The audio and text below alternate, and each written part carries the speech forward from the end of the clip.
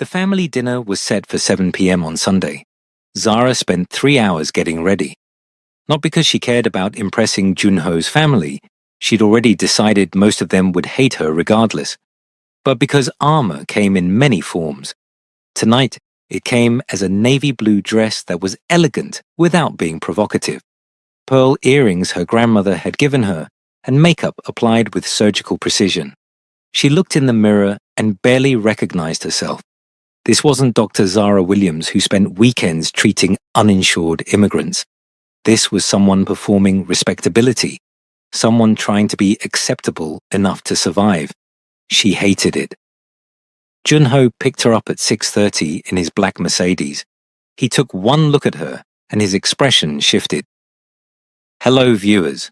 Welcome to Afroquave TV, where stories are turned to reality. Before we dive into the full version of this second episode, we want to say a very big thank you for all your support before now. We are indebtedly grateful for where this support is taking us to. Kindly subscribe to the channel if you are yet to, and let us know the location and the time you are watching this video from in the comment section. Thank you. You look beautiful, he said. Then quieter. But you don't look like you. That's the point, isn't it?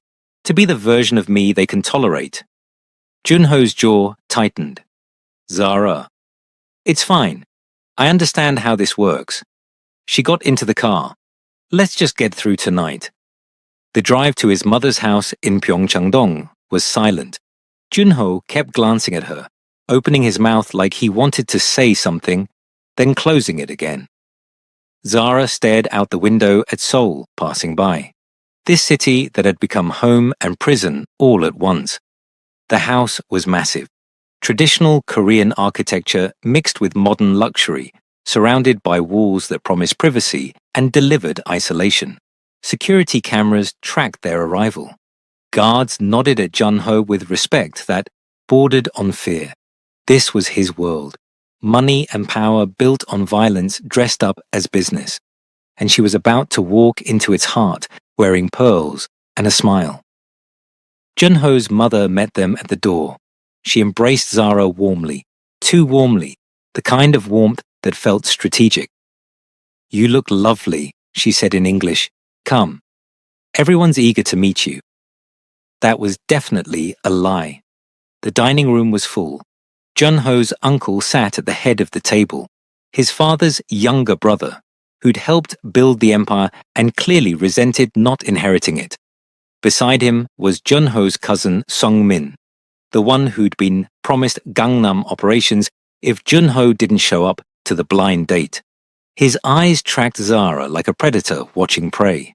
There were others too, aunts whose names Zara immediately forgot.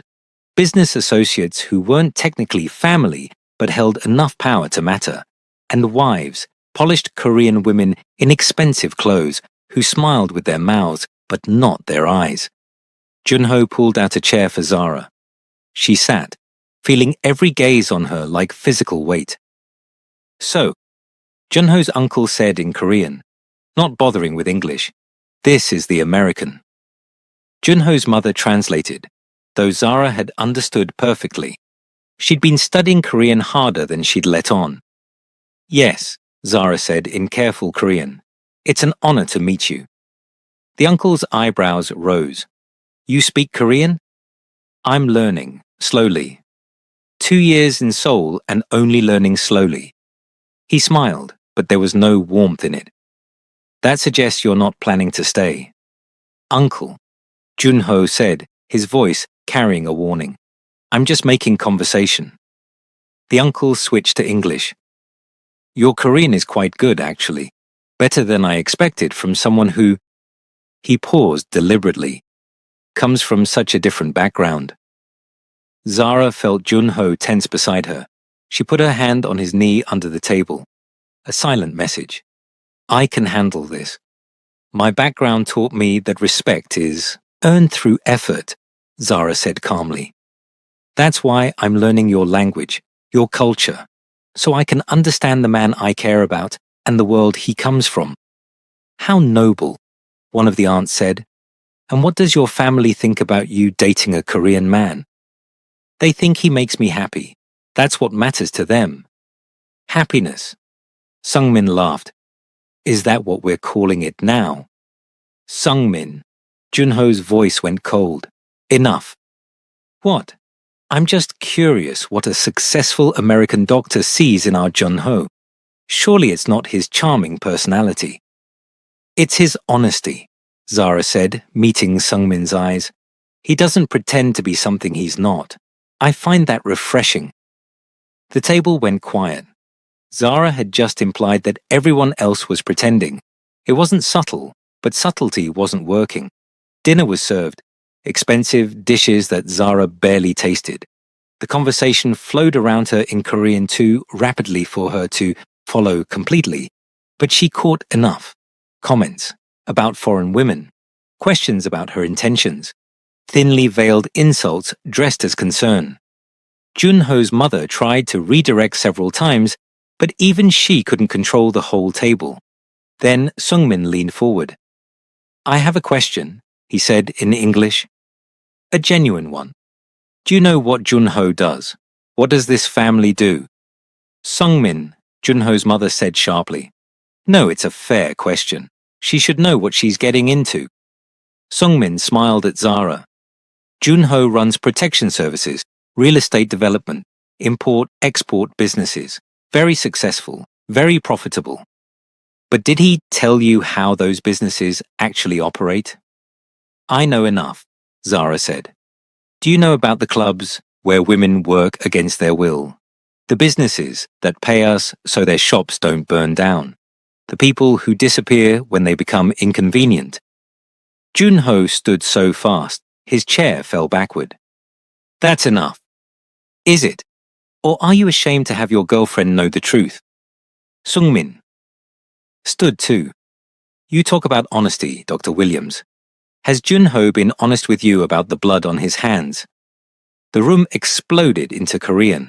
Junho's uncle shouting at Sungmin. Junho's mother trying to restore order. Other family members taking sides. Zara sat perfectly still, her hands folded in her lap, while chaos erupted around her. Then she stood. Everyone stopped talking. Thank you for dinner, Zara said quietly, but I think I should leave. Zara? Junho reached for her. Please don't. She pulled away gently. I need some air, some space. Can someone call me a taxi?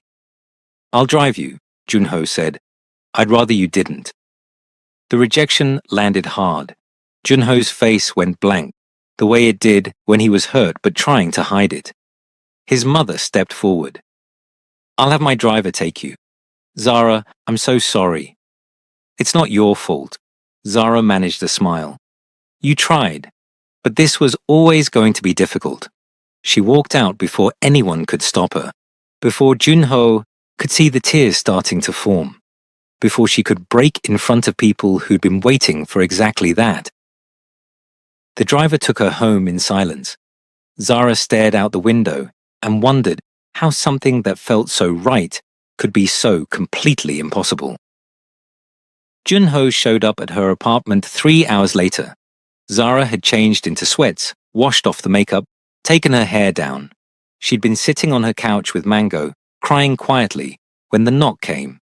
She almost didn't answer, but she could see Junho's shadow under the door, could feel him waiting. She opened it. He looked terrible. Tie loosened, hair disheveled, eyes red like maybe he'd been crying too. I'm sorry, he said. For what? Is your family being honest about who you are? Sungmin was trying to hurt you, to scare you away. Maybe, but was he lying? Junho's silence was enough. Zara leaned against the doorframe. I knew you weren't running a charity. I knew your business involved things that weren't entirely legal. But human trafficking, Junho, forcing women into prostitution, burning down shops. It's not that simple. Then explain it to me. Make me understand how complicated it is. Junho ran his hand through his hair. My father built this empire in the 70s. Korea was different then. Poorer, more desperate. He did what he had to do to survive, to provide for his family. And yes, some of that was ugly, but by the time I inherited it, everything was already in motion. Hundreds of people depending on the business, rival families waiting for any sign of weakness. I couldn't just shut it all down without starting a war. So you kept it going. I tried to make it better, cleaner.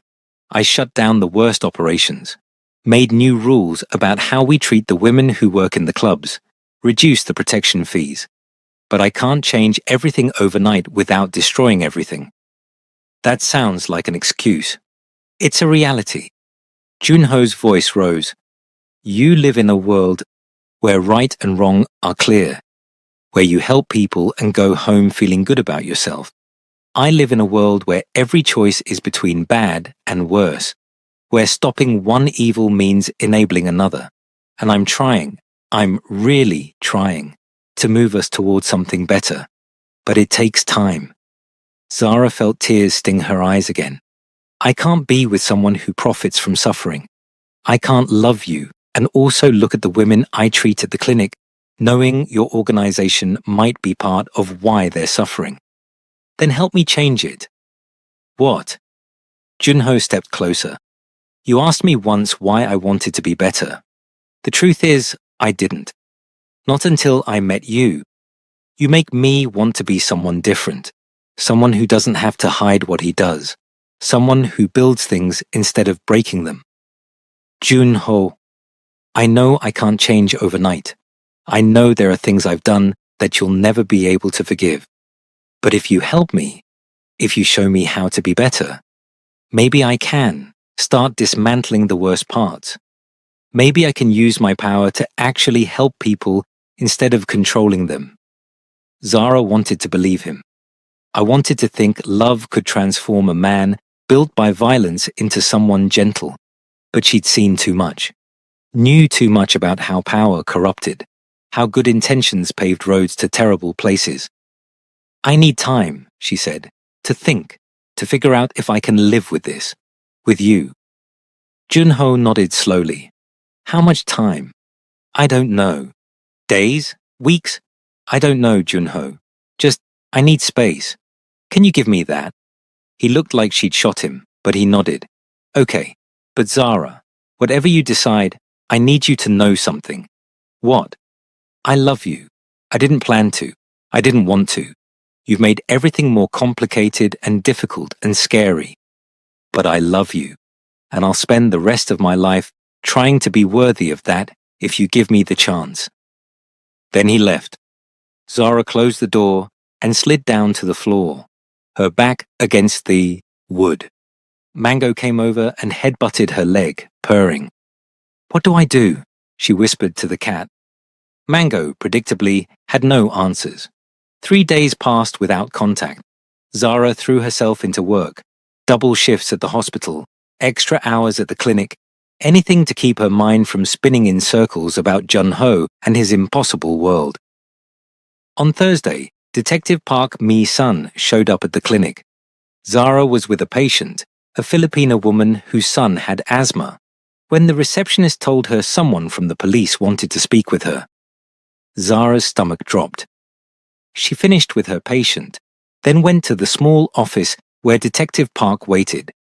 The detective was in her mid-40s, professional, with tired eyes that had seen too much. Dr. Williams, she said, thank you for seeing me. Is something wrong? That depends. How much do you know about Park Junho's organization? Zara's mouth went dry. Why? Because you've been dating him for a month. You've been to his penthouse, met his family, spent time in places connected to his business. And I'm hoping you might have seen or heard something that could help us. Help you do what? Detective Park leaned forward. Bring down one of Seoul's largest criminal organizations. We've been investigating the Park family for 3 years. We know about protection rackets, money laundering, and trafficking, but we can't prove enough to make charges stick. We need someone on the inside. And you think I'm that someone? I think you're a good person who's gotten involved with a dangerous man. I think you probably have access to information that could save lives, and I think you might be willing to help us if you understood what's at stake. Detective Park pulled out photos. Women, young, some Korean, some Southeast Asian, some from Africa. These women were all trafficked through clubs owned by Junho's organization, forced into prostitution. 3 of them are dead. 5 are missing. The rest are too terrified to testify. She pushed the photos towards Zara. You work with vulnerable populations. You know what it means when people can't escape, when they're trapped by fear and debt and violence. Zara's hands shook as she looked at the photos. These could be her patients. Women who came to the clinic with injuries they wouldn't explain, who flinched at loud noises, who had that hollow look of people who'd given up hope.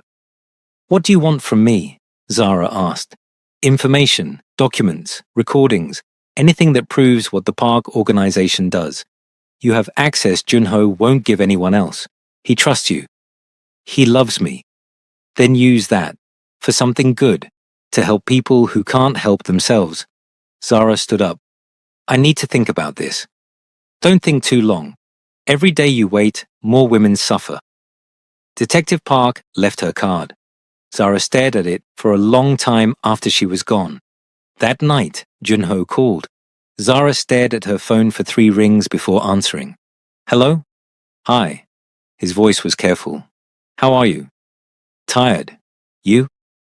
The same.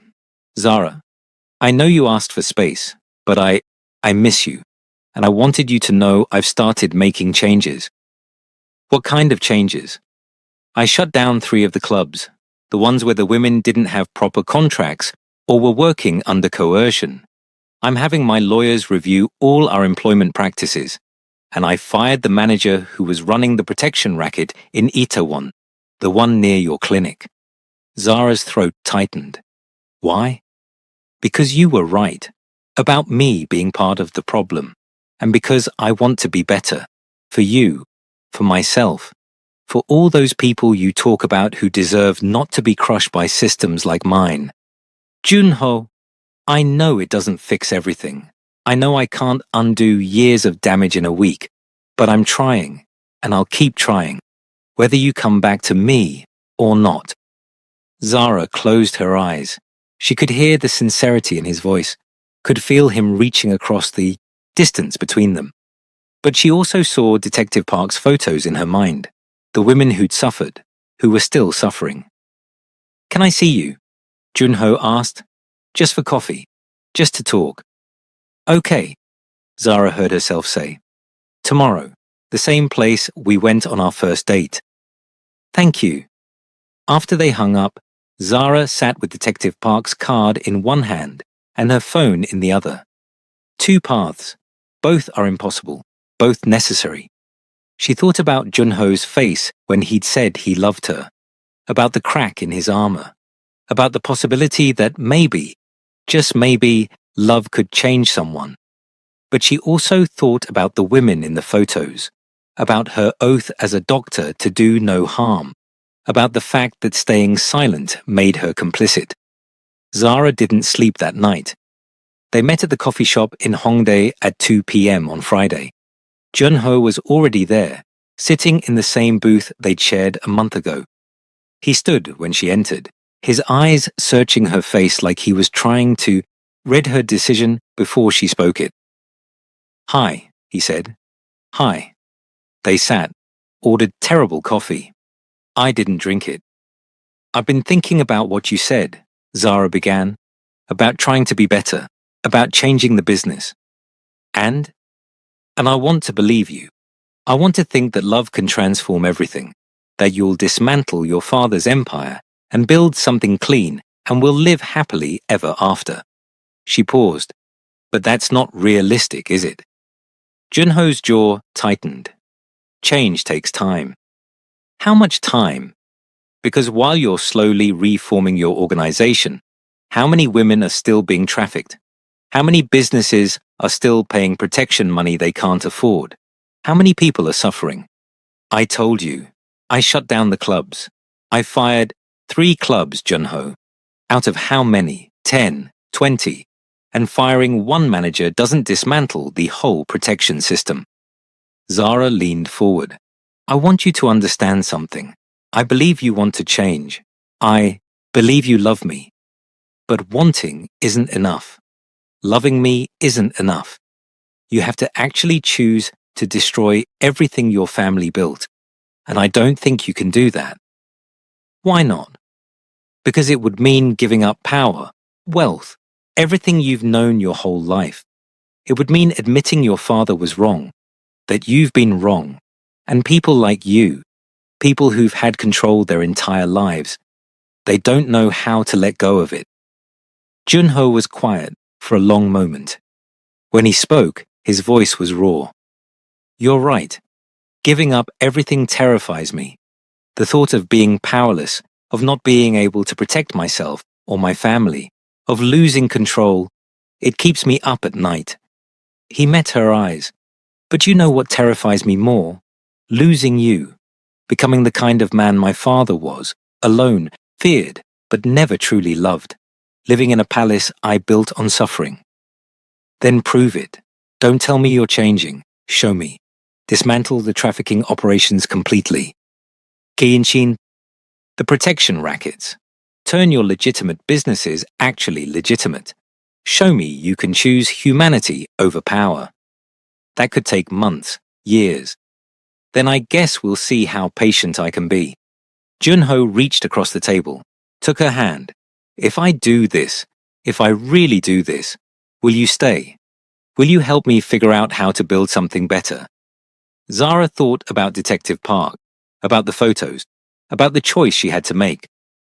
I'll stay, she said. But Junho, I need you to understand something. If I find out you're lying to me, if I discover you're still running the same operations while telling me you're changing, we're done. Forever. No second chances. No explanations. Just done. I understand. And I'm going to hold you accountable. I'm going to ask questions, demand transparency, push you when you get comfortable. Can you handle that? Junho smiled slightly. You've been doing that since we met. It's one of the things I love about you. They finished their coffee, walked out into the Seoul afternoon. Junho pulled Zara close, kissing her forehead. Thank you, he whispered, for giving me a chance to be better. Zara held him tight, feeling the weight of what she'd just agreed to. She was going to help Junho change his organization, really change it. But she was also going to give Detective Park the information she needed. Not to betray Junho, but to protect the women who couldn't protect themselves. She was going to walk a line so thin it might destroy her. Loving a man while dismantling everything he'd built, helping him transform while ensuring justice was served. It was impossible, but watching someone you loved continue to harm people, that was more impossible. That night, Zara called Detective Park. I'll help you, she said, but on my terms. I'm not going to spy on Junho or betray his trust. Instead, I'm going to push him to shut down the illegal operations himself, to turn evidence over to authorities, to actually reform. And if he doesn't, then I'll give you everything I know. But I want to try this way first, to see if redemption is possible. Detective Park was quiet. You're in love with him. Yes. That makes this dangerous, for you. I know, but I'm doing it anyway. Okay, but Dr. Williams, if this goes wrong, if he finds out what you're planning, I can't protect you. Not from someone like him. I understand. Zara hung up and sat in the darkness of her apartment, Mango purring beside her. She'd just committed to an impossible task, to transform a criminal empire from the inside while preparing to bring it down from the outside. To love a man while holding him accountable for his sins. It would probably destroy her. But doing nothing would definitely destroy her. So she chose the harder path, the one that might save Junho's soul along with the women his organization had hurt. She just prayed she was strong enough to walk it. The next 3 weeks were a delicate dance. Junho kept his word. Zara watched him systematically review every business the park organization controlled. He brought in outside auditors, hired employment lawyers, started documenting which operations were legitimate and which existed only to launder money or control territory. It was slow, painful. Every change met resistance from his uncle, from Sung-min, from the old guard who'd built their wealth on violence. But Junho pushed forward. He brought Zara to meetings with his lawyers, let her review contracts, asked her opinion on how to treat workers fairly, listened when she pointed out that better conditions in a forced prostitution operation didn't make it acceptable. It needed to be shut down entirely. "My uncle says I'm destroying the family legacy," Junho told her one night.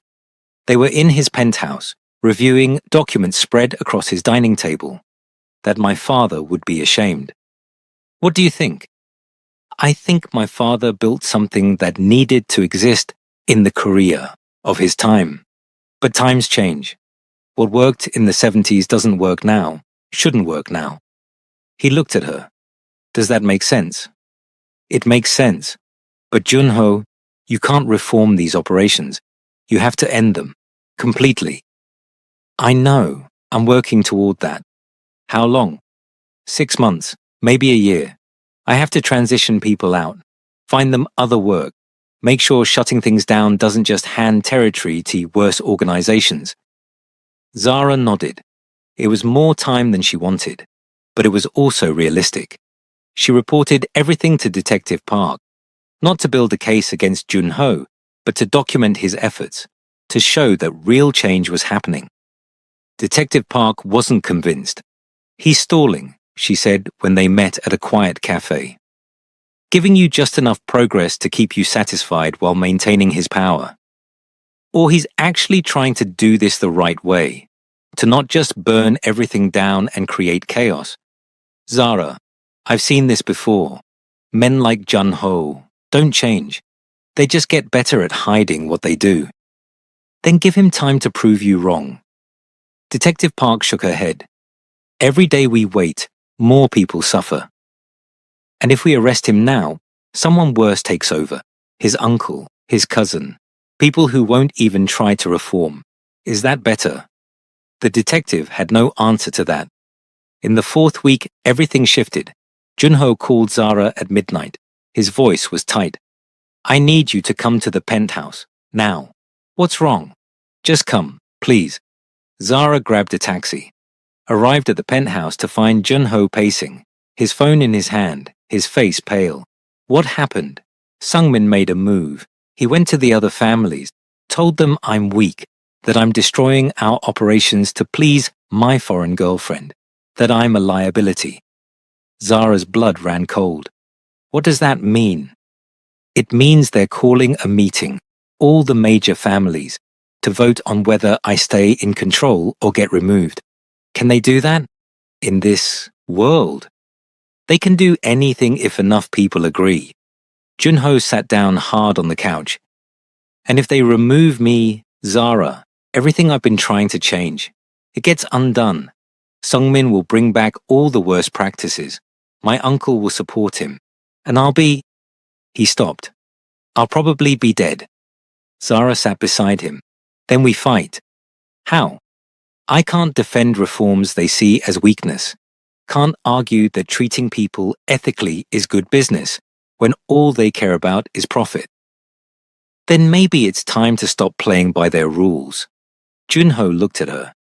"What do you mean?" Zara took a breath.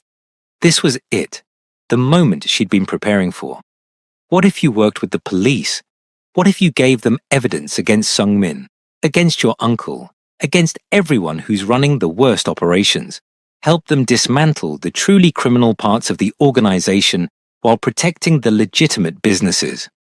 "You're asking me to betray my family. I'm asking you to choose between your family and the women they're trafficking, between power built on suffering and actually being the man you told me you wanted to be." Junho stood. I walked to the window. I started out in Seoul. If I do this, I lose everything. My name, my reputation, My family will consider me a traitor. The other organizations will put a price on my head. Maybe. Or maybe you gain something more important. Your integrity, your soul, a life you don't have to hide. And you, if I do this, if I become the man who destroyed his own family's empire, will you still want me? Zara went to him, took his hand. I'll want you more, because you'll be choosing humanity over power, love over fear. That's the man I fell in love with, not the crime boss, the person underneath all of that. Junho was quiet for a long moment. Then he pulled out his phone. What are you doing? Zara asked. Calling someone who can help us. If I'm going to burn everything down, I'm going to do it right. He dialed, waited. Detective Park, this is Park Jun-ho. I'd like to discuss a deal. The news broke on a Tuesday morning. Major organized crime bust in Seoul. 12 arrested, including prominent businessman Park Sung-min and his associates. Evidence provided by an anonymous source within the organization. Junho watched the coverage from a safe house in Busan. Zara sat beside him, holding his hand. He'd given Detective Park everything. Documents, recordings, names. The whole ugly truth of what his family's organization had become. In exchange, immunity for himself and protection for his mother, who'd had no involvement in the criminal operations. It had taken 3 months of careful planning, of extracting Junho's assets from the business, of ensuring the legitimate companies could operate independently, of getting people out who wanted out. His uncle had been arrested trying to flee to China. Sung-min had fought the charges until the evidence became overwhelming. The other families had scattered, trying to protect their own interests, and Junho had lost everything. His name was ruined. His fortune was reduced to a fraction of what it had been. His family legacy was destroyed by his own testimony, but he was free. Regrets? Zara asked. Junho thought about it. Every day, but I also sleep better than I have in years. What happens now? Now we figure out what comes next. Maybe I will go back to school, learn how to run a business legitimately. Maybe we will leave Seoul, start somewhere fresh where nobody knows my name. Or maybe we will stay, and you use what you know about this world to help people escape it. Consult for organizations fighting trafficking. Be the inside voice that others need. Junho smiled. You have a lot of faith in me. I have faith in who you're becoming. They sat in comfortable silence, watching the news coverage, watching Junho's old world collapse. It wasn't a happy ending. Too much had been lost. Too many people had suffered. Junho would spend the rest of his life making amends for his family's crimes. But it was an honest ending, a real one. And sometimes, that was enough. Hello there. It's amazing how you have stayed till this point, and we are glad you have watched till this time. Kindly let us know in the comment section how you feel about this story. What did Zara do that is wrong, and how can this story be improved upon? Don't forget to subscribe to this channel, because we have many amazing stories for you. Support us by LOL and sharing this video. Now, let's continue. 2 weeks after the arrests, Zara's apartment was broken into. Nothing was stolen, but someone had been through everything. Her drawers, her files, her computer. Even Mango's food bowl had been moved. The message was clear. We know where you live. Zara called Junho immediately. He arrived with 2 bodyguards she'd never seen before. Pack a bag, he said. You're not staying here. Junho, I can't just leave. They know you helped me. They know you pushed me to cooperate with the police. And they're going to come after you to get to me. Who's they? Junho's face was grim. My mother. The words hit like ice water. What? I didn't want to believe it. Spent the last week hoping I was wrong, but the detective showed me evidence today. My mother wasn't just the innocent widow I thought she was. She's been running the family's operations for years. My father died 10 years ago, but she kept everything going. used me as the public face while she pulled the strings. Zara felt the room spin. Your mother, the woman who set us up, who wanted grandchildren. She wanted heirs, someone to continue the legacy. But when I started dismantling things, when I chose you over the business, Junho's voice cracked. She put a price on both our heads, $500,000 to whoever eliminates the problem. We're the problem. We're the problem. Zara sat down hard. Sweet, lonely Mrs. Park, who'd seemed so desperate for her son to find love, who'd welcomed Zara warmly, who'd defended her at that disastrous family dinner. All of it was manipulation, strategy, a way to control Junho through the one thing he'd never had before, genuine emotion. Where is she now? Zara asked. Gone. Disappeared the day before the arrests. Detective Park thinks she's in Hong Kong, or maybe Tokyo, somewhere with no extradition treaty. Junho knelt in front of Zara. But she has resources, connections, people who'll do anything for money. We need to leave Seoul, tonight. And where? I have a place on Jeju Island, remote, secure. We can hide there while Detective Park builds a case against her. How long? I don't know. Months, maybe. Zara looked around her small apartment, her life in Seoul, her patients at the clinic, her work at the hospital, everything she'd built. I can't just abandon my patients, she said. They'll kill you, Zara. My mother doesn't make idle threats. Then we go to the police, get protection. The police can't protect us from someone with her resources. She owns half the force. The other half she can buy. Junho took her hands. Please, trust me. We need to disappear until this is over. Zara wanted to argue. I wanted to believe there was another way. But she saw the fear in Junho's eyes. Real fear. The kind that said he'd already calculated their chances and didn't like the numbers. Okay, she said. But Junho, when this is over, when your mother is caught, I'm coming back. To my work. My life. I won't let her take that from me. When this is over, I'll help you rebuild anything she destroys.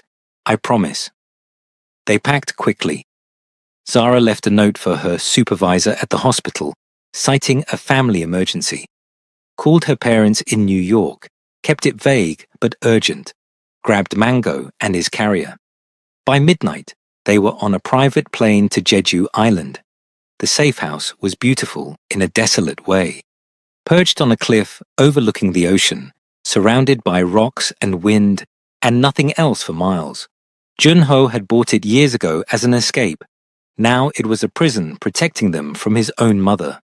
The first week was surreal. Zara and Junho lived like fugitives in paradise. They couldn't leave the property, couldn't contact anyone except Detective Park through encrypted channels. Just waited while the detective worked to locate Junho's mother and build enough evidence for an international arrest warrant. This is insane, Zara said one morning. They were sitting on the deck, watching waves crash below. 3 months ago, I was living a normal life. Working, dating casually, complaining about Seoul traffic. Now I'm hiding from a crime boss who happens to be my boyfriend's mother. Junho managed a weak smile. When you put it that way, it does sound like a drama. A bad one, the kind with too many plot twists. I'm sorry. For all of this, you didn't sign up for... Stop. Zara turned to face him. I chose this. Choose you. Knowing it would be complicated. I just didn't realize how complicated it was. Do you regret it? Zara thought about the question honestly. Did she regret falling in love with a man whose world was built on violence, who dragged her into danger she'd never imagined? No, she said finally. I regret your mother's choices, your family's business, the system that made all of this possible. But I don't regret you, the real you, the man who's trying so hard to be better. Junho kissed her, soft and desperate, like he was trying to memorize the taste of her. I don't deserve you, he whispered. Probably not, but you're stuck with me anyway. They held each other while the ocean raged below, two people learning that love wasn't always enough, but sometimes it was all you had. On day 12,